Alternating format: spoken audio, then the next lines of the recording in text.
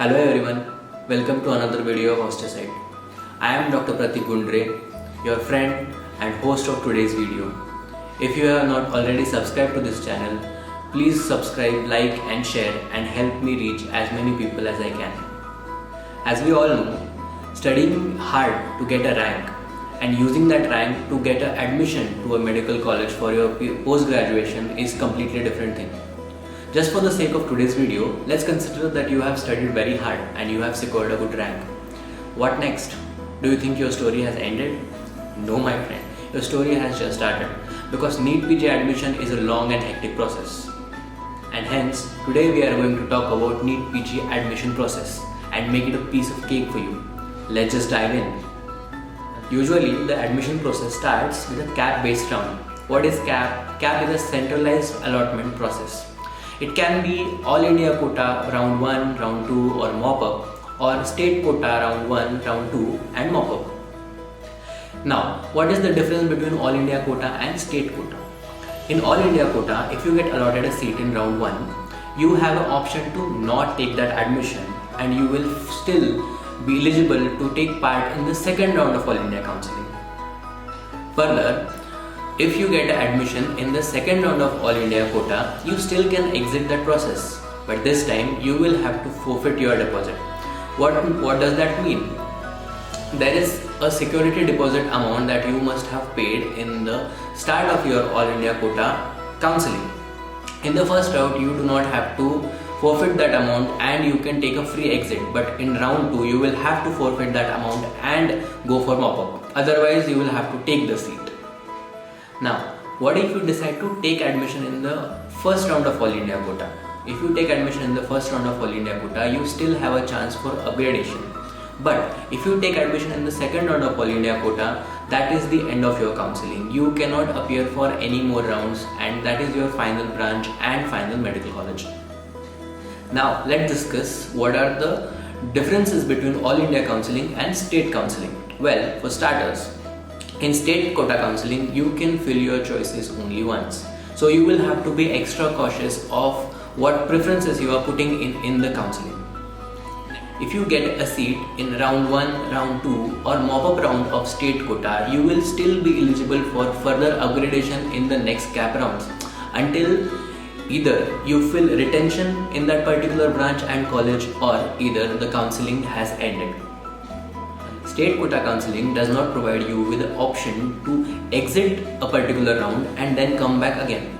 State quota will only provide you with a designated period of resignation in which you can put in your resignation, leave that seat and then never come back. After getting allotted a college and a branch, you will have to reach that college in a designated period of time with all the necessary documents and DDs that are required. Now, the amount of which the DD should be made are usually published on the websites of those particular colleges, may it be a government college, a semi-government college or a deemed one.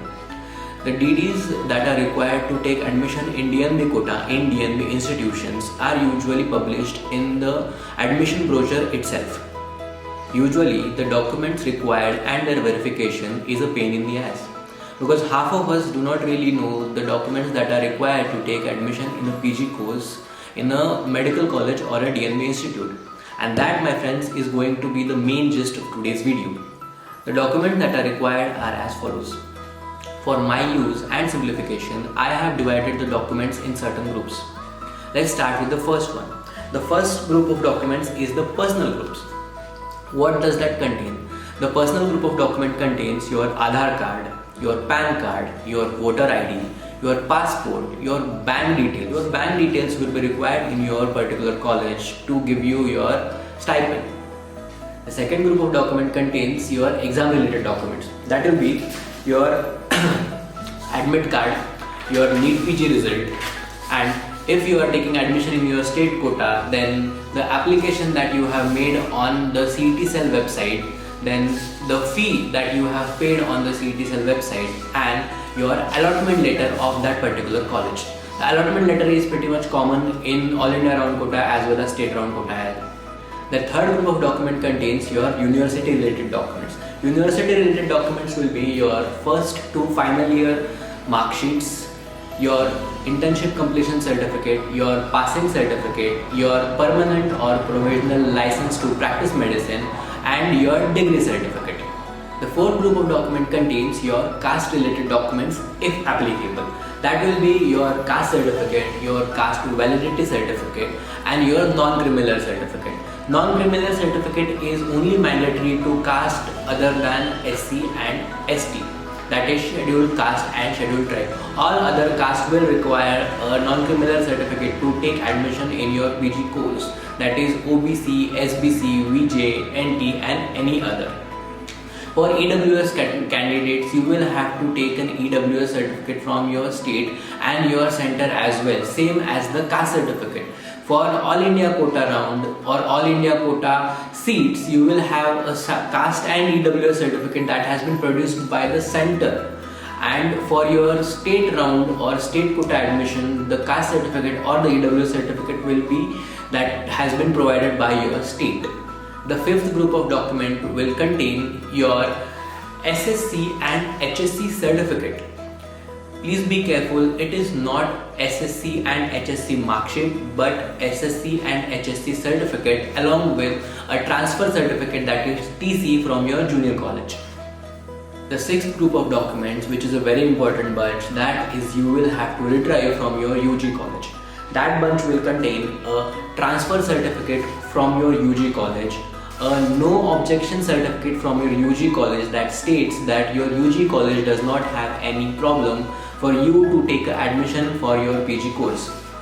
Then a MCI certificate that certifies that your college, your UG college, is a recognized medical college in MCI handbook. That is, the certificate will contain an inward and outward number of MCI recognition book. The next certificate is your attempt certificate that will certify how many attempts you had to take to pass your first year, second year, third year, and final year. For most of us it is usually the first attempt, but for some of us misfortunate people it will have to be a second attempt or third attempt. Whatever it is, it will be mentioned on your attempt certificate and that is required. The fifth certificate is your bond release certificate. Usually a state will have a bond, a compulsory bond after your UG. If you had taken more than one attempt to clear your NEET-PG examination, then you will have to submit your bond release certificate to your particular college. Bond release certificate is usually not required to take admission from All India quota, but it is mandatory to take admission from state quota if this is not your first attempt. The seventh group of documents contains some of the legal documents. That is, first is the affidavit for gap certificate. The affidavit will mention that you have not joined for any PG course after your completion of UG till today. That is till the admission date of your post-graduation course. The next is the undertaking from your particular college. Undertaking means that there are some rules that you have to follow while you are doing PG in that particular college. The next bunch contains some miscellaneous documents like medical fitness. The medical fitness performer has already been given in the NEET-PG brochure. You will have to print that performer on the prescription pad of a registered medical practitioner. You will have to get examined by that registered medical practitioner and you will have to get it stated by him that you are medically fit to take admission for PG courses. After submitting all the original documents and 3 attested copies, you will be given an admission from that particular college. After you fill the admission form, you will be going to a scrutinizing officer. The scrutinizing officer will scrutinize all your original documents, all your attested copies and your admission form. Your admission form will contain all your details that are mentioned in all your original documents already.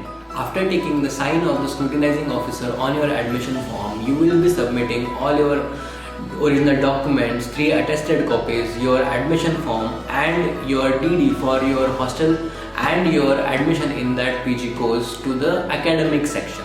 If there is found any discrepancy in your original documents or any information that you provide to take PG admission in any college, you can be asked for questioning or your PG admission can get cancelled. After successful submission of all the documents and all the information, the clerk will give you an option to fill the retention form. If you fill the retention form, you will not be eligible for any further cap-based rounds. At the end of everything, you will receive 3 letters from the academic sections. That will be 2 acknowledgement letters and 1 letter containing all the list of documents that you have provided in that college, the original of which will be given to you and a copy of which will be retained by the college with your signature that you have received an original copy. The 2 acknowledgement letter will be one of your admission, that you have taken successful admission in that particular branch, in that particular medical college, and second will be of the submission of your DD. That will contain the number, the DD number, the check number and the amount which you have paid to take the admission in that college. After all of this is done, you will receive a text message from your admission council, that is either it can be MCC or state council. It will contain your name, your branch, your medical college and your status if you have retained and or not retained. Thank you so much for being a great audience to this video. For further updates regarding admission and counseling process, stay in touch on Instagram and Facebook, the links to which have been given in the description below. Thank you so much.